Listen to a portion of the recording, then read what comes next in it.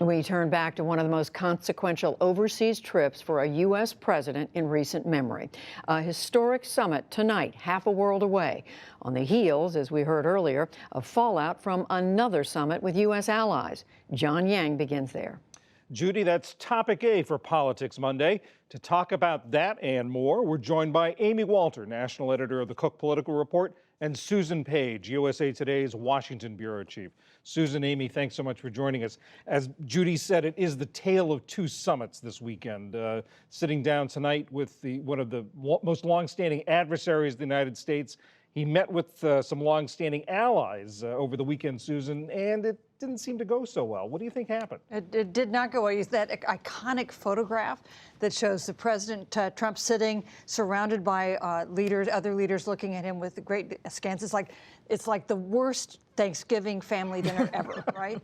I mean, these have been our allies for 70 years. It's been part of, since 1975, we've had the global economic system held together by these G7, G8 meetings.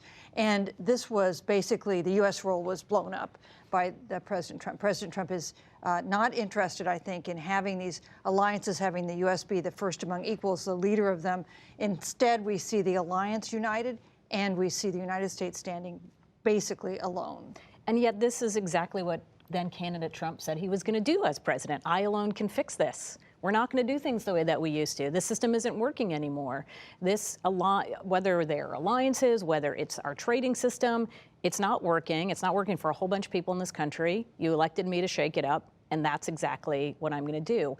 I also think what's fascinating to see is the role that Congress is, or in this case, is not playing in issues like trade, and potentially, we'll see what comes out of North Korea, but if there's a final deal there, will Congress get a say, or will we be continuing what we saw a lot under the Obama administration, which is sort of an executive move, right? The executive makes policy, whether it's TPP or Paris, the climate accord, or the Iran deal, but that Congress does not codify.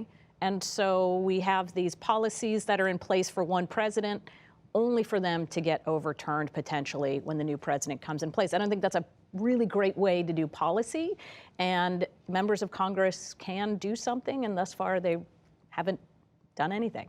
Well, and that's the sort of the backdrop as the president prepared and went into this meeting tonight, and he tweeted about it earlier. He said, "The fact that I am having a meeting was a major loss for the U.S., say the haters and losers. We have our hostages. Testing, research, and all missile launches have stopped, and these pundits who have called me wrong from the beginning have nothing else they can say. We will be fine." Well, pundit Susan Page, what's the president doing here, do you think? Well, I think the president is saying it's a victory just to have the meeting. And I think a lot of Americans would say better to have a meeting talking to an adversary than threatening one another with nuclear weapons. I think a lot of Americans would agree with that. Yep. But you also want to look at what you get out of the meeting and what you gave up to hold the meeting. And the fact is, for Kim, this is also a big victory just to have the meeting. It makes his regime, this terrible, brutal regime that's been an outlaw for so long, it gives him legitimacy and standing that he didn't have before. And so that has been part of the calculation. That's been one of the reasons previous American presidents have refused to give him this prize.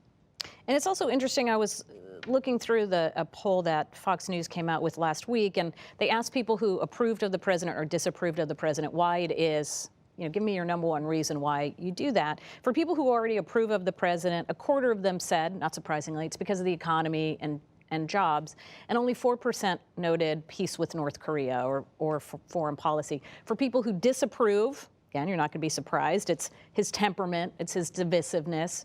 And so, again, it gets kind of to the heart of what's going on in both of what we're saying from that tweet and what we saw at the G7, which is the things that his base likes to see are exactly the things that people who already dislike him really about, right? That's what they don't like about him. It's not the policy as much as the way he's going about it. And succeed or fail, it's not going to make much difference to either his That's right. supporters or So, haters. That's right. So if you, depending on what success is, I think if you already support this president, whatever he's doing, you're going to find success in that. If you don't like this president, unless there's something really dramatic that occurs, it's not going to change your opinion of this president. Although I think with summits, we found with summits in the past that you don't know right away whether they're That's a right. success or a failure. And there have been successes. You know, the Iceland summit, 1986, that looked like a failure with the benefit of some hindsight.